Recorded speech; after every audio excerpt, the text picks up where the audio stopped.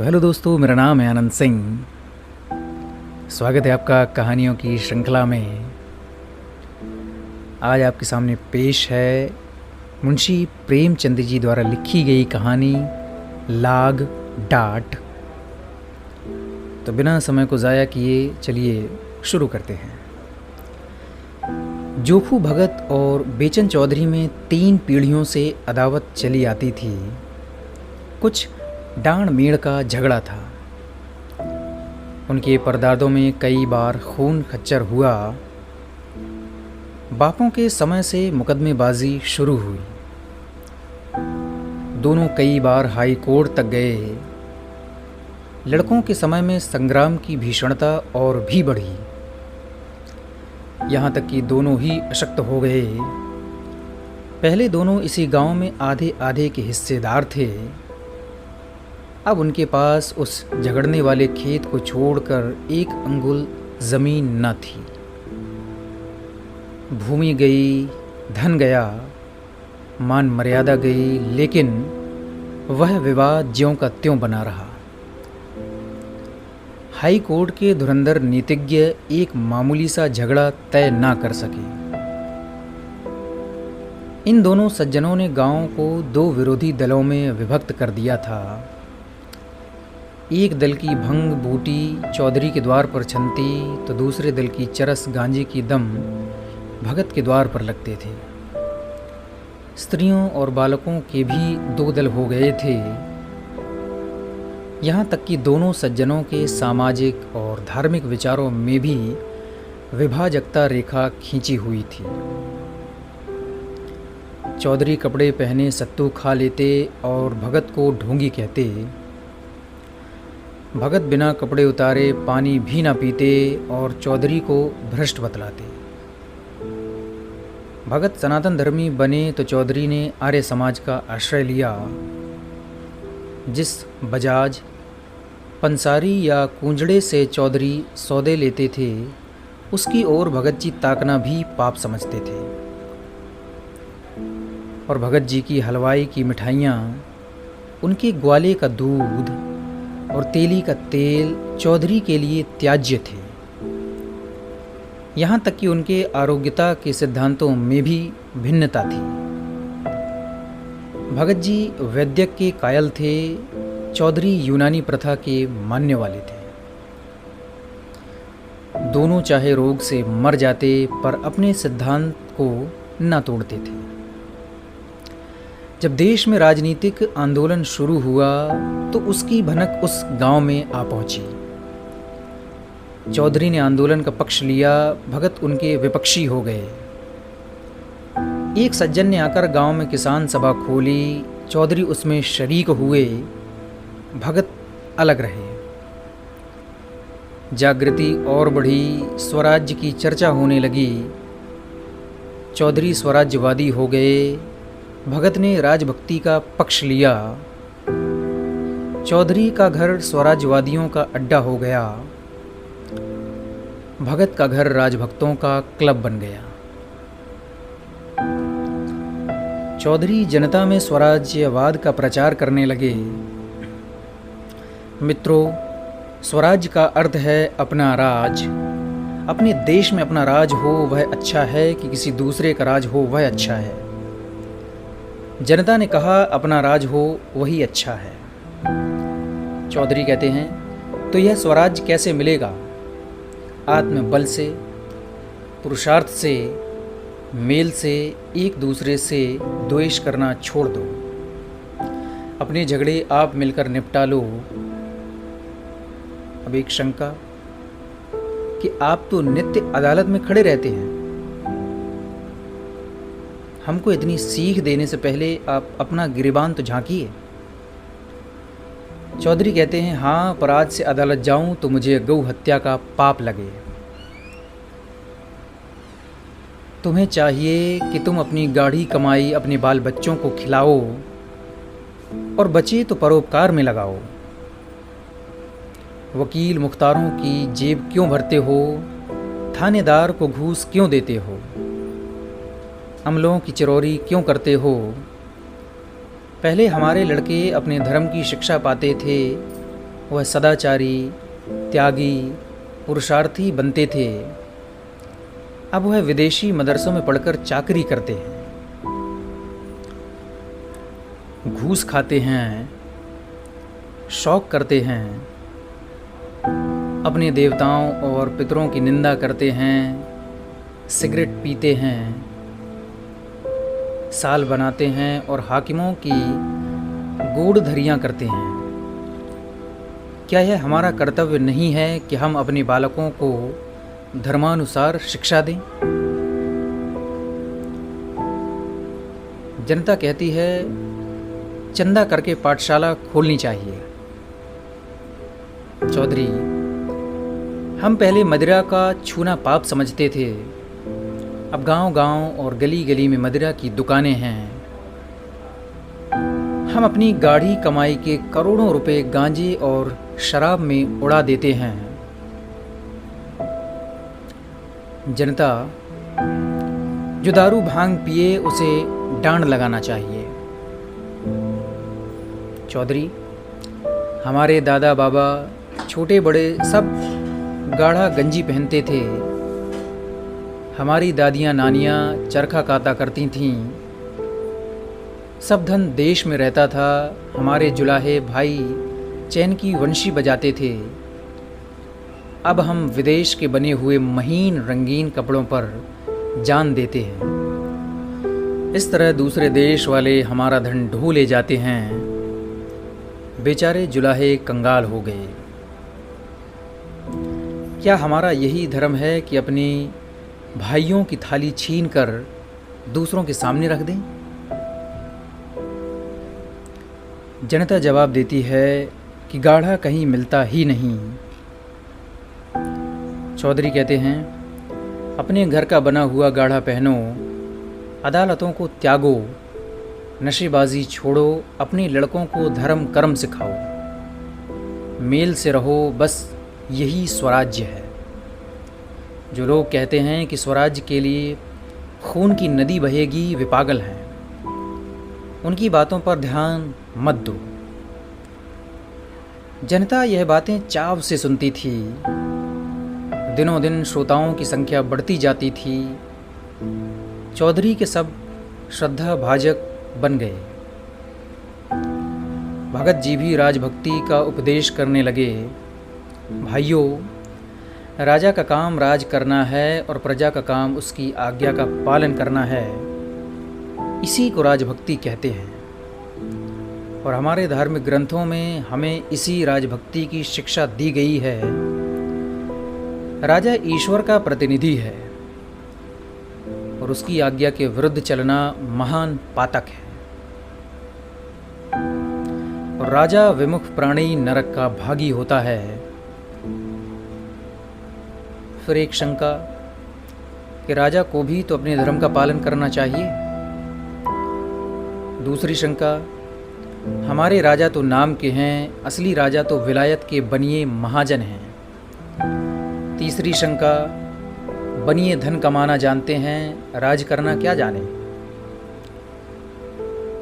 भगत इन सब बातों को सुनते हुए बोले, लोग तुम्हें शिक्षा देते हैं कि अदालतों में मत जाओ, पंचायतों में मुकदमे ले जाओ, लेकिन ऐसे पंच कहाँ हैं जो सच्चा न्याय करें और दूध का दूध और पानी का पानी कर दें। यहाँ मुँह देखी बातें होती हैं। जिनका कुछ दबाव है उनकी जीत होती है, जिनका कुछ दबाव नहीं है वह बेचारे मारे जाते हैं। लेकिन अदालतों में सब कार्रवाई कानून पर होती है। वहाँ छोटे बड़े सब बराबर होते हैं। शेर और बकरी एक घाटी पर पानी पीते हैं। दूसरी शंका, अदालतों का न्याय कहने ही को है जिसके पास बने हुए गवाह और दांव पेंच खेले हुए वकील होते हैं, उसी की जीत होती है। झूठे सच्चे की परख कौन करता है? हाँ, हैरानी अलबत्ता होती है। फिर भगत ने इस बात का जवाब देते हुए कहा कि कहा जाता है कि विदेशी चीज़ों का व्यवहार मत करो। यह गरीबों के साथ घोर अन्याय है। हमको बाज़ार में जो चीज़ सस्ती और अच्छी मिले वह लेनी चाहिए, चाहे स्वदेशी हो या विदेशी। हमारा पैसा सेंत में नहीं आता कि उसे रद्दी भद्दी स्वदेशी चीज़ों पर फेंकें। फिर एक शंका कि अपने देश में तो रहता है, दूसरों के हाथ में तो नहीं जाता। जो हमारा धन होता है वो हमारे देश में ही तो रहता है। फिर दूसरी शंका कि अपने घर में अच्छा खाना ना मिले तो क्या विजातियों के घर का अच्छा भोजन खाने लगेंगे। भगत थोड़ा आश्चर्यचकित हुए, मगर फिर बोले कि लोग कहते हैं लड़कों को सरकारी मदरसों में मत भेजो। सरकारी मदरसे में ना पढ़ते तो आज हमारे भाई बड़ी बड़ी नौकरियां कैसे कर पाते, बड़े बड़े कारखाने कैसे बना लेते। बिना नई विद्या पढ़े अब संसार में निबाह नहीं हो सकता। पुरानी विद्या पढ़कर पत्रा देखने और कथा बाँचने के सिवाय और क्या आता है। राजकाज क्या पट्टी पोथी बाँचने वाले लोग करेंगे। फिर एक शंका कि हमें राजकाज ना चाहिए, हम अपनी खेती बाड़ी ही में मगन हैं, किसी के गुलाम तो नहीं हैं। दूसरी शंका, जो विद्या घमंडी बना दे उससे मूर्ख ही अच्छा।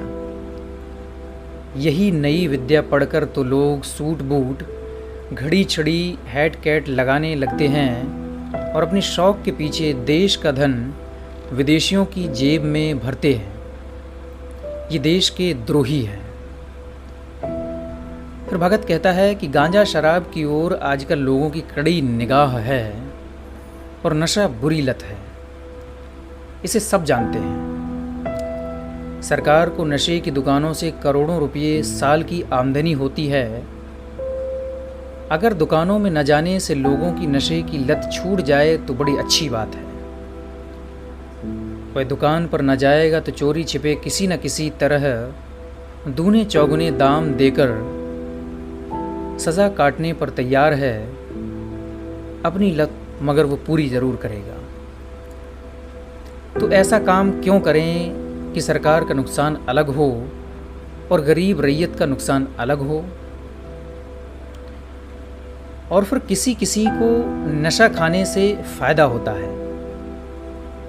मैं ही एक दिन अफीम ना खाऊं तो गांठों में दर्द होने लगे, दम उखड़ जाए और सर्दी पकड़ ले। फिर एक आवाज़ कि शराब पीने से बदन में फुर्ती आ जाती है। और एक शंका कि सरकार अधर्म से रुपया कमाती है, उसे यह उचित नहीं है। अधर्मी के राज में रहकर प्रजा का कल्याण कैसे हो सकता है। दूसरी शंका, पहले दारू पिलाकर पागल बना दिया, लत पड़ी तो पैसे की चाट हुई। इतनी मजूरी किसको मिलती है कि रोटी कपड़ा भी चले और दारू शराब भी उड़े। या तो बाल बच्चों को भूखों मारो या चोरी करो, जुआ खेलो और बेईमानी करो। शराब की दुकान क्या है, हमारी गुलामी का अड्डा है। चौधरी के उपदेश सुनने के लिए जनता टूटती थी, लोगों को खड़े होने को जगह ना मिलती। दिनों दिन चौधरी का मान बढ़ने लगा। उनके यहाँ नित्य पंचायतों की, राष्ट्रोन्नति की चर्चा रहती। जनता को इन बातों में बड़ा आनंद और उत्साह होता था। उनकी राजनीतिक ज्ञान की वृद्धि होती। वह अपना गौरव और महत्व समझने लगे। उन्हें अपनी सत्ता का अनुभव होने लगा। निरंकुशता और अन्याय पर अब उनकी त्योरियां चढ़ने लगीं। उन्हें स्वतंत्रता का स्वाद मिला। घर की रुई, घर का सूत, घर का कपड़ा, घर का भोजन, घर की अदालत, न पुलिस का भय, न अमला की खुशामद, सुख और शांति से जीवन व्यतीत करने लगे। कितनों ही ने नशेबाजी छोड़ दी और सद्भावों की एक लहर सी दौड़ने लगी। लेकिन भगत जी इतने भाग्यशाली न थे। जनता को दिनों दिन उनके उपदेशों से अरुचि होती जाती थी। यहाँ तक कि बहुधा उनके श्रोताओं में पटवारी, चौकीदार, मुदर्रिस और इन्हीं कर्मचारियों के मित्रों के अतिरिक्त और कोई ना आता था। कभी कभी बड़े हाकिम भी आ निकलते और भगत जी का बड़ा आदर सत्कार करते। ज़रा देर के लिए भगत जी के आंसू पुछ जाते, लेकिन क्षण भर का सम्मान आठों पहर के अपमान की बराबरी कैसे करता।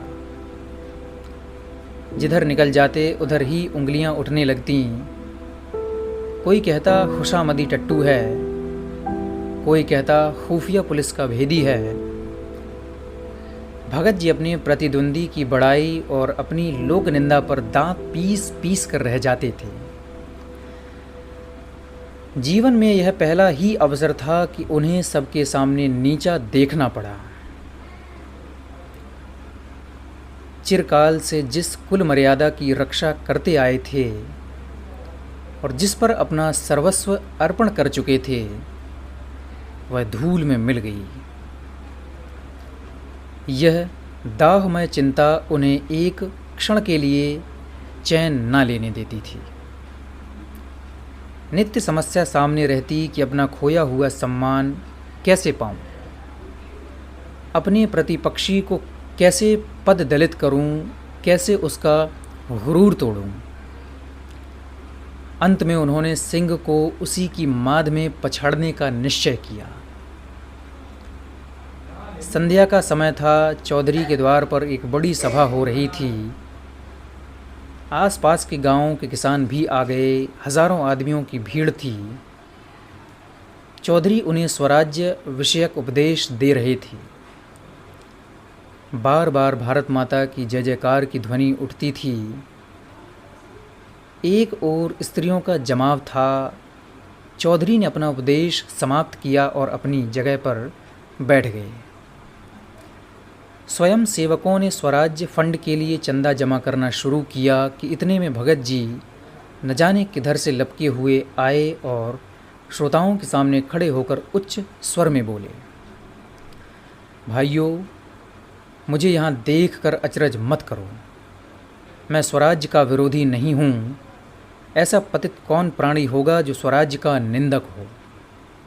लेकिन इसके प्राप्त करने का वह उपाय नहीं है जो चौधरी ने बताया है और जिस पर लोग टट्टू हो रहे हैं। जब आपस में फूट और रार है, पंचायतों से क्या होगा। जब विलासिता का भूत सिर पर सवार है तो नशा कैसे छूटेगा। मदिरा की दुकानों का बहिष्कार कैसे होगा। सिगरेट, साबुन, मोजे, बनियान, अद्धा, तंजेब से कैसे पिंड छूटेगा। जब रौब और हुकूमत की लालसा बनी हुई है तो सरकारी मदरसे कैसे छोड़ोगे। विधर्मी शिक्षा की बेड़ी से कैसे मुक्त हो सकोगे। स्वराज्य लेने का केवल एक ही उपाय है और वह आत्म संयम है।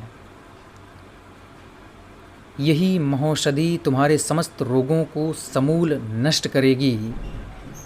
आत्मा को बलवान बनाओ, इंद्रियों को साधो, मन को वश में करो।